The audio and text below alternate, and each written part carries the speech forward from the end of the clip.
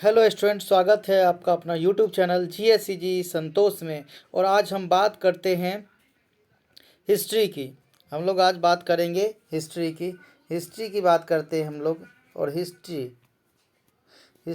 2022 में जो एग्ज़ाम होगा ना, इसके लिए काफ़ी इम्पोर्टेंट क्वेश्चन की हम लोग बात करेंगे।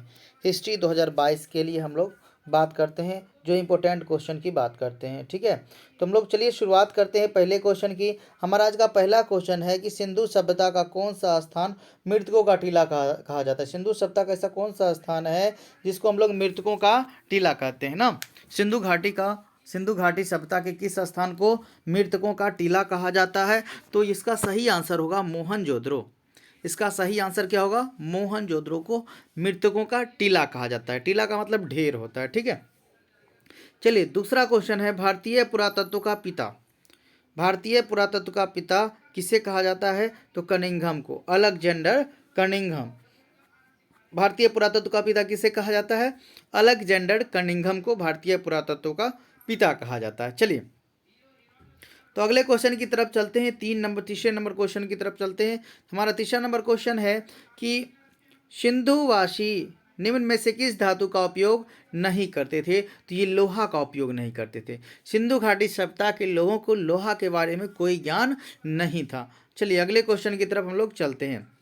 हमारा अगला क्वेश्चन है कि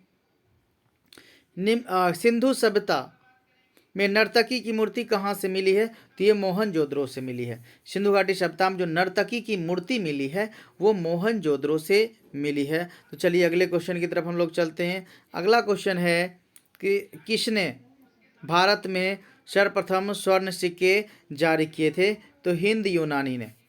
किसने भारत में सर्वप्रथम स्वर्ण सिक्के जारी किए थे? तो वो हिंद यूनानी ने जारी किए थे।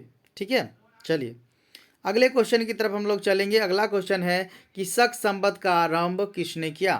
शक संवत का आरंभ किसने किया? तो इसका सही आंसर होगा कनिष्क ने। किसने किया? कनिष्क ने। शक संवत का आरंभ किसने किया? कनिष्क ने किया था। चलिए अगले क्वेश्चन की तरफ हम लोग चलते हैं। किसने भूमि अनुदान की प्रथा आरंभ की थी? किसने भूमि अनुदान की प्रथा आरंभ की थी? तो ये होगा सातवाहन ने। किसने भूमि अनुदान की प्रथा आरंभ की थी? तो ये सातवाहन ने भूमि अनुदान की प्रथा आरंभ की थी। अगले क्वेश्चन की तरफ चलते हैं। मनुस्मृति की रचना काल क्या? मनुस्मृति जो है ये मनु के द्वारा लिखा गया ग्रंथ है, जिसका रचना काल है 200 ईस्वी पूर्व से लेकर 200 ईस्वी तक। मनुस्मृति का रचना काल कब से कब तक है? 200 ईस्वी पूर्व से लेकर 200 ईस्वी तक रचनाकाल है मनुस्मृति का। चलिए अगले क्वेश्चन की तरफ चलते हैं। हमारा अगला क्वेश्चन है कि मृगकटिकम क्या है? मृगकटिकम रचना किसकी? मृगकटिकम के रचनाकार हैं शूद्रक। मृगकटिकम के रचनाकार कौन है? शूद्रक हैं। कौन है? शूद्रक। तो मृगकटिकम के लेखक शूद्रक हो गए। ठीक है, अगला क्वेश्चन है चैत्य क्या है? चैत्य क्या है? तो ये चैत्य जो है ना, ये पूजा स्थल है। क्या है? पूजा स्थल है। ये बौद्ध धर्म से संबंधित है चैत्य। ठीक है, चलिए अगला क्वेश्चन की तरफ चलते हैं। 12 अंग संबंधित है कौन से धर्म से? तो ये इसका होगा जैन धर्म से। 12 अंग, 12 उपांग, 10 प्रकीर्ण, ये सारे जैन धर्म से संबंधित हैं। तो 12 अंग जो संबंधित है किस धर्म से संबंधित है? जैन धर्म से संबंधित है। चलिए अगले क्वेश्चन की तरफ चलते हैं। हमारा अगला क्वेश्चन है कि संगम साहित्य की रचना हुई है। संगम साहित्य की रचना हुई है तो इसका होगा दक्षिण भारत में। संगम साहित्य की रचना कहाँ हुई थी? तो ये दक्षिण भारत में हुई है। संगम साहित्य की रचना कहाँ हुई? दक्षिण भारत में हुई है। ठीक है, चलिए अगले क्वेश्चन की तरफ चलते हैं कि सातवाहनों का सबसे महान शासक कौन था? सातवाहन वंश था, उसका सबसे महान शासक कौन था? तो इसका सही आंसर है गौतमी पुत्र सतकर्णी। गौतमी पुत्र सतकर्णी जो था वो सातवाहन वंश का सबसे महान शासक था। अगले क्वेश्चन की तरफ चलते हैं। अगला क्वेश्चन हमारा कि अकबरनामा की रचना किसने किया? अकबरनामा की रचना किसने किया? तो सही इसका आंसर होगा अबुल फजल ने। अकबरनामा की रचना किसने किया? तो अबुल फजल ने किया था अकबरनामा की रचना। चलिए अगले क्वेश्चन की तरफ हम लोग चलते हैं। हमारा आज का अगला क्वेश्चन है कि अकबर का वित्त मंत्री कौन था। अकबर का वित्त मंत्री कौन था? तो टोडरमल था। अकबर का वित्त मंत्री कौन था? टोडरमल। ठीक है, अकबर का वित्त मंत्री टोडरमल था। अगला क्वेश्चन की बात कर लेते हैं। मुगल कालीन चित्रकला किसके काल में चरमोत्कर्ष पर पहुंची? थोड़ा इसमें स्पेलिंग मिस्टेक है, थोड़ा इसको इग्नोर कीजिएगा। मुगल कालीन चित्रकला किसके काल में चरमोत्कर्ष पर पहुंची? तो हम लोग जानते हैं कि चित्रकला जो है, ये जो है जहांगीर के समय में चरमोत्कर्ष पर थी। और जहाँ तक हम लोग बात करते हैं स्थापत्य कला का, तो वो शाहजहां। ठीक है, तो यहाँ पर क्वेश्चन पूछा गया कि मुगल कालीन चित्रकला किसके काल में चरमोत्कर्ष पर पहुंची थी? तो ये इसका सही आंसर होगा जहांगीर के काल में मुगल चित्रकला सबसे उच्च स्तर पर पहुंची थी। चलिए अगला बात करते हैं, लाडली बेगम किसकी पुत्री थी? लाडली बेगम किसकी पुत्री थी? तो इसका सही आंसर होगा नूरजहां की पुत्री थी। किसकी पुत्री थी? नूरजहां। नूरजहां का भाई आसफ खां था। नूरजहां का भाई कौन था?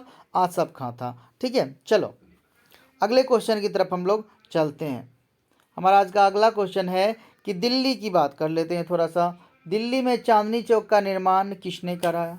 दिल्ली में जो चांदनी चौक है उसका निर्माण किसने करवाया था? तो यहाँ होगा जहां आरा। किसने कराया था? जहां आरा ने करवाया था ना। चलिए अगला क्वेश्चन है कि भारत का अंतिम मुगल सम्राट कौन था? भारत का अंतिम मुगल सम्राट कौन था? ये था बहादुर शाह जफर द्वितीय। बहादुर शाह जफर ये भारत का अंतिम मुगल बादशाह था, जिन्होंने 1857 की क्रांति के बाद 1857 की क्रांति का नेतृत्व जो है ये दिल्ली से किया था। ठीक है, अगला क्वेश्चन है गोपुरम।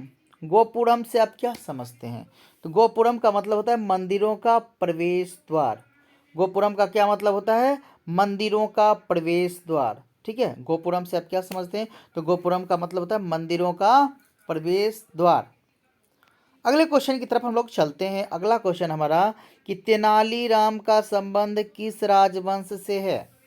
तेनालीराम की बात कर रहे हैं। तेनालीराम का जो संबंध है ये विजयनगर साम्राज्य से है। कहाँ से? विजयनगर साम्राज्य से। तेनालीराम का जो संबंध है ये विजयनगर साम्राज्य से है। चलिए ठीक है, अगले क्वेश्चन की तरफ हम लोग चलते हैं। हमारा अगला क्वेश्चन है आज का, वल्लभाचार्य का जन्म कहाँ हुआ था? वल्लभाचार्य की बात कर रहे हैं। वल्लभाचार्य का जन्म कहाँ हुआ था? तो वल्लभाचार्य का जो जन्म है ये वाराणसी में हुआ था। कहाँ हुआ था? वाराणसी में हुआ था। ठीक है, अगले क्वेश्चन की तरफ चलते हैं। बंगाल के प्रसिद्ध संत कौन थे? बंगाल के संत की बात हो रही है तो यहाँ पर चैतन्य महाप्रभु। बंगाल के प्रसिद्ध संत कौन थे? चैतन्य महाप्रभु थे ना। बंगाल के प्रसिद्ध संत कौन थे? चैतन्य महाप्रभु। अगला क्वेश्चन की बात करते हैं तो सुल्तान उल हिंद। सुल्तान उल हिंद किसे कहा गया? तो ये कहा गया था ख्वाजा मोइनुद्दीन चिश्ती। ख्वाजा मोइनुद्दीन चिश्ती को कहा गया है सुल्तान उल हिंद। ठीक है, अगला बात करते हैं हम लोग। अगला क्वेश्चन हमारा कि यात्रियों का राजकुमार किसे कहा गया है? यात्रियों का राजकुमार किसे कहा गया है? तो ये कहा गया है हेनसांग को। यात्रियों का राजकुमार किसे कहा गया है? तो यात्रियों का राजकुमार कहा गया है हेनसांग को। हेनसांग को। चलिए अगले क्वेश्चन की बात हम लोग कर लेते हैं थोड़ा सा। कैप्टन हॉकिंस किस मुगल शासक के दरबार में आया था? कैप्टन हॉकिंस जो था वो किस मुगल शासक के दरबार में आया था? तो इसका सही आंसर होगा जहांगीर। क्या होगा? जहांगीर। कैप्टन हॉकिंस किस मुगल शासक के दरबार में आया था? तो ये होगा जहांगीर। अगला है जोतदार प्रायः कहाँ रहते थे? जोतदार की बात हो रही है तो ये गांव में रहते थे। जोतदार प्रायः कहाँ रहते थे? गांव में रहते थे। ठीक है, गांव में रहते थे।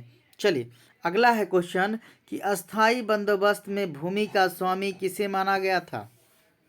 जब अस्थाई बंदोबस्त की बात आती है तो उसमें भूमि का स्वामी किसे माना गया था? तो इसका सही आंसर होता है जमींदार। क्या आंसर है? जमींदार ना। अस्थाई बंदोबस्त में भूमि का जो स्वामी है जमींदार को माना गया था। ठीक है, चलिए अगला क्वेश्चन की तरफ हम लोग चलते हैं। हमारा अगला क्वेश्चन है कि अवध के साथ बेलेजली ने सहायक संधि कब किया था? अवध के साथ बेलेजली ने सहायक संधि कब किया था? तो इसका सही आंसर होगा 1801 में। अवध के साथ बेलेजली ने सहायक संधि 1801 में किया था। चलिए अगला क्वेश्चन, 1857 का सिपाही विद्रोह कहाँ से प्रारंभ हुआ?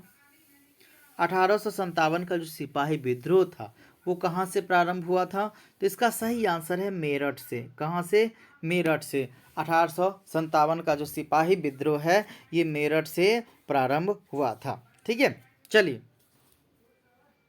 अगला क्वेश्चन की तरफ हम लोग चलते हैं। हमारा अगला क्वेश्चन है कि 1857 में बिहार में विद्रोहियों का नेतृत्व किसने किया था?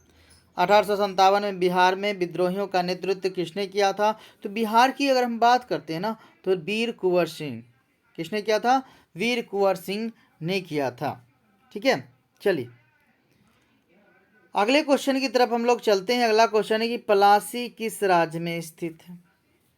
पलासी किस राज्य में स्थित है? तो पलासी बंगाल में है। पलासी कहाँ है? बंगाल में है। पलासी कहाँ है? बंगाल में है। चलिए अगले क्वेश्चन की तरफ हम लोग चलेंगे। हमारा आज का अगला क्वेश्चन है कि चलिए अगला क्वेश्चन हमारा कि ईस्ट इंडिया द्वारा कलकत्ता में सर्वोच्च न्यायालय की स्थापना कब किया गया था? ईस्ट इंडिया कंपनी द्वारा कलकत्ता में सर्वोच्च न्यायालय की स्थापना कब किया गया था? तो 1773 में किया गया था। कब किया गया था? 1773 ईस्वी में किया गया था। अगला चलिए अगले क्वेश्चन की तरफ हम लोग चलते हैं। भारत की राजधानी कलकत्ता की जगह दिल्ली कब लाया गया था? जो भारत की राजधानी है वो कलकत्ता से जो नई दिल्ली है वो कब लाया गया था? तो 1911 ईस्वी में लाया गया था। भारत की राजधानी कलकत्ता से जो नई दिल्ली लाया गया था 1911 ईस्वी में लाया गया था। चलिए अगला क्वेश्चन है कि भारत में जनगणना कब प्रारंभ हुई थी? तो इसका होगा 1872। भारत में जनगणना कब प्रारंभ हुई थी? भारत में जनगणना की बात करते हैं तो भारत में जनगणना कब प्रारंभ हुई थी? तो ये हुई थी 1872 में हुई थी। चलिए अगला क्वेश्चन है कि बंगाल विभाजन किस वायसराय ने किए थे? जो बंगाल का जो विभाजन हुआ था वो लॉर्ड कर्जन ने किया था। किसने किया था? लॉर्ड कर्जन ने किया था बंगाल विभाजन। ठीक है, चलिए अगला क्वेश्चन की तरफ हम लोग चलते हैं। अगला क्वेश्चन है कि सूरत फूट, अगला क्वेश्चन क्या है? सूरत फूट कब हुआ? तो सूरत फूट जो हुआ था वो 1907 में हुआ था। सूरत फूट कब हुआ था? 1907 में हुआ था। अगले क्वेश्चन की तरफ चलते हैं। अगला क्वेश्चन है कि खिलाफत आंदोलन कब हुआ?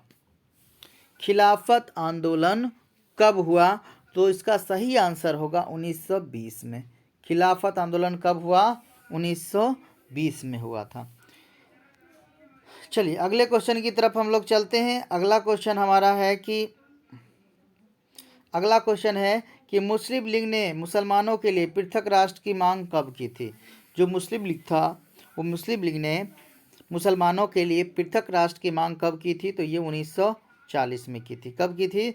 1940 में की थी। चलिए अगले क्वेश्चन की तरफ हम लोग चलते हैं। अगला क्वेश्चन हमारा है कि अगला क्वेश्चन है कि भारतीय संविधान के प्रारूप समिति के अध्यक्ष कौन थे? भारतीय संविधान की अगर हम बात करें उसकी प्रारूप समिति के अध्यक्ष कौन थे? तो ये थे डॉक्टर भीमराव अंबेडकर थे। कौन थे?